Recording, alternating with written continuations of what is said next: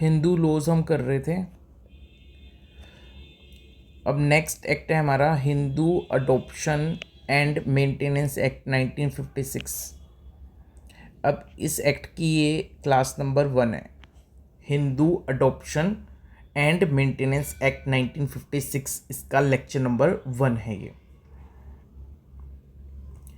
अब अडॉप्शन का मतलब क्या होता है? तो अडॉप्शन का मतलब सिंपल लैंग्वेज में तो ये होता है कि मान लो ये फैमिली है, एक फैमिली 1 और ये एक फैमिली 2 है।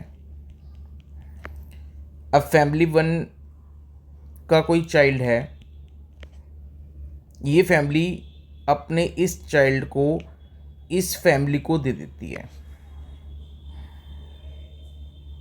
तो जब फैमिली 1 ने अपने चाइल्ड को फैमिली 2 को दे दिया तो इसको जनरली क्या बोलते हैं? अडॉप्शन बोलते हैं।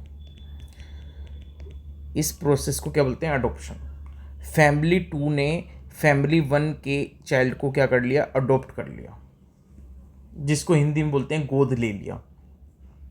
अब इसकी डेफिनेशन है transplantation of a person either boy और girl from the family in which he or she is born to another family where he or she is given by the natural parents। तो इसका मतलब ये हो गया कि मान लो कोई बॉय है या गर्ल है, इसने जिस फैमिली में जन्म लिया है, जिस फैमिली में जन्म लिया है, इस फैमिली से इनका क्या हो गया? ट्रांसप्लांटेशन हो गया। ट्रांसप्लांटेशन हो गया। किस फैमिली में ट्रांसप्लांटेशन हो गया? उस फैमिली में ट्रांसप्लांटेशन हो गया जिस फैमिली में इनको दिया गया है इनके नेचुरल पेरेंट्स के द्वारा। तो अडॉप्शन का क्या मतलब हो गया कि चाहे बॉय और चाहे गर्ल हो, इनका जिस फैमिली में जन्म हुआ है उस फैमिली से ट्रांसप्लांटेशन हो गया दूसरी फैमिली में। और वो दूसरी फैमिली कौन है? जिस फैमिली को इनके पेरेंट्स ने, इनके नेचुरल पेरेंट्स ने दिया है। तो ये तो अडॉप्शन की डेफिनेशन हो गई। अब नाउ सेक्शन नंबर 5 क्या कहता है?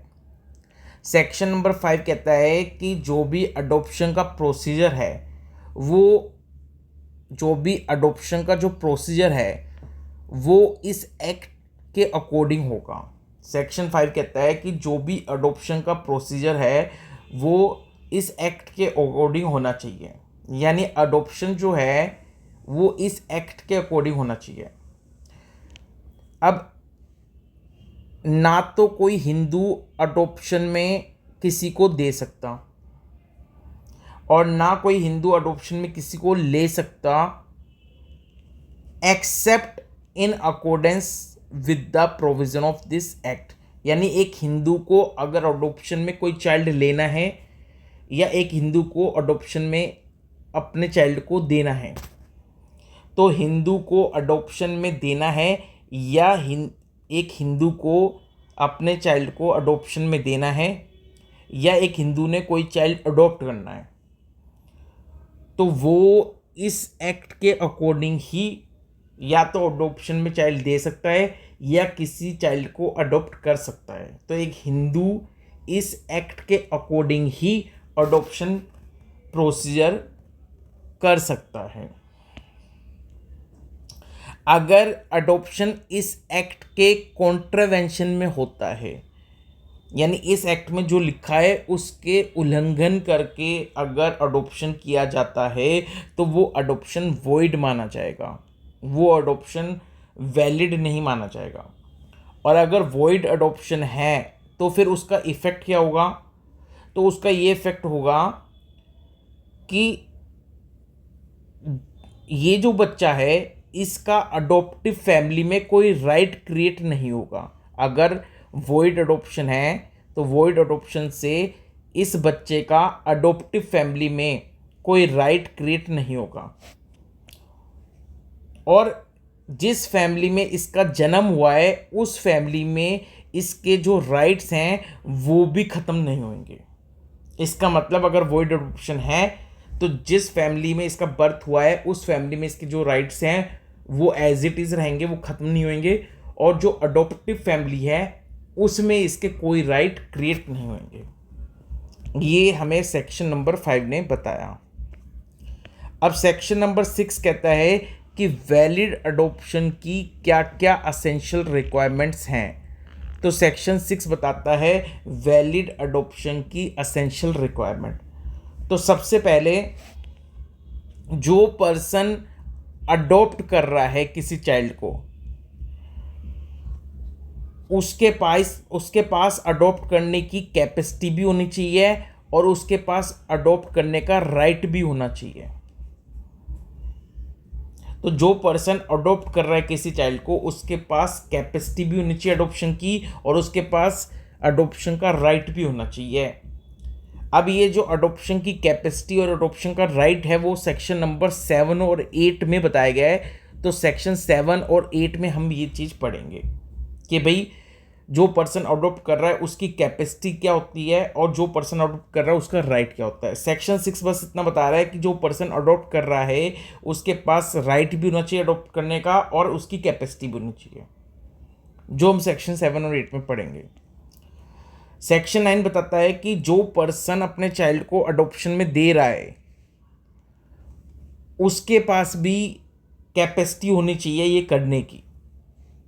इसका मतलब जो पर्सन अडॉप्शन में अपने चाइल्ड को दे रहा है उसके पास कैपेसिटी होनी चाहिए अपने चाइल्ड को अडॉप्शन में देने की।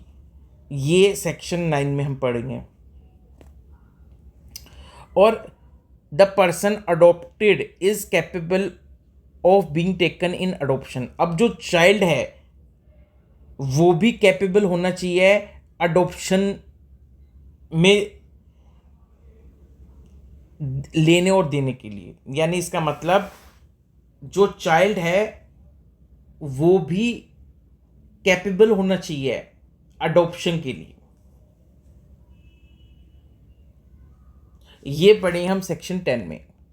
यानी अगर कोई ऐसा चाइल्ड है जिसको अडॉप्शन में दिया ही नहीं जा सकता, जिसको अडॉप्शन में लिया ही नहीं जा सकता, अगर ऐसा कोई चाइल्ड है जिसको ना तो अडॉप्शन में दे सकते ना अडॉप्शन में ले सकते, जो कैपेबल ही नहीं है इन फॉर अडॉप्शन, अगर आप उस चाइल्ड को अडॉप्ट करते हो या अडॉप्शन में देते हो तो वो वैलिड अडॉप्शन नहीं है। तो चाइल्ड भी क्या है, कैपेबल होना चाहिए फॉर अडॉप्शन। और फोर्थ पॉइंट कहता है द अडॉप्शन। अच्छा, ये जो चाइल्ड वाली बात है ये सेक्शन 10 में पढ़ेंगे कि जो चाइल्ड है वो कैपेबल होना चाहिए अडॉप्शन के लिए। ये सेक्शन 10 में हम पढ़ेंगे। तो सेक्शन 10 बताएगा कि कौन कौन से चाइल्ड हैं जो कैपेबल हैं अडॉप्शन के लिए और कौन कौन से चाइल्ड हैं जो कैपेबल नहीं है अडॉप्शन के लिए। और अडॉप्शन, जो अडॉप्शन है, जब कोई भी अडॉप्शन आप कर रहे हो तो इस एक्ट की जो भी अदर कंप्लायंस है, जो कंडीशंस हैं, उसको आपने फुलफिल करना है। यानी अडॉप्शन से रिलेटेड ये एक्ट जो भी रिक्वायरमेंट कहता है वो रिक्वायरमेंट फुलफिल होनी चाहिए, तभी वो वैलिड अडॉप्शन माना जाएगा। ये बात हम पढ़ेंगे सेक्शन नंबर 11 में। तो सेक्शन 6 ने वैलिड अडॉप्शन की कुछ असेंशियल बताए। नंबर 1 कि जो पर्सन अडॉप्ट कर रहा है चाइल्ड को उसके पास कैपेसिटी भी होनी चाहिए और राइट भी होना चाहिए अडॉप्शन का। जो पर्सन अडॉप्शन में दे रहा है चाइल्ड को उसके पास भी कैपेसिटी होनी चाहिए ये एक्ट करने की। और जो चाइल्ड है वो भी कैपेबल होना चाहिए अडॉप्शन के लिए। और अडॉप्शन में इस एक्ट की जितनी भी लीगल रिक्वायरमेंट्स हैं, कंप्लायंस है, उसको फुलफिल करना पड़ेगा, तभी वो अडॉप्शन वैलिड अडॉप्शन माना जाएगा। तो ये ऐसा सेक्शन 6 कहता है। तो ये था हमारा सेक्शन नंबर 5 और सेक्शन नंबर 6।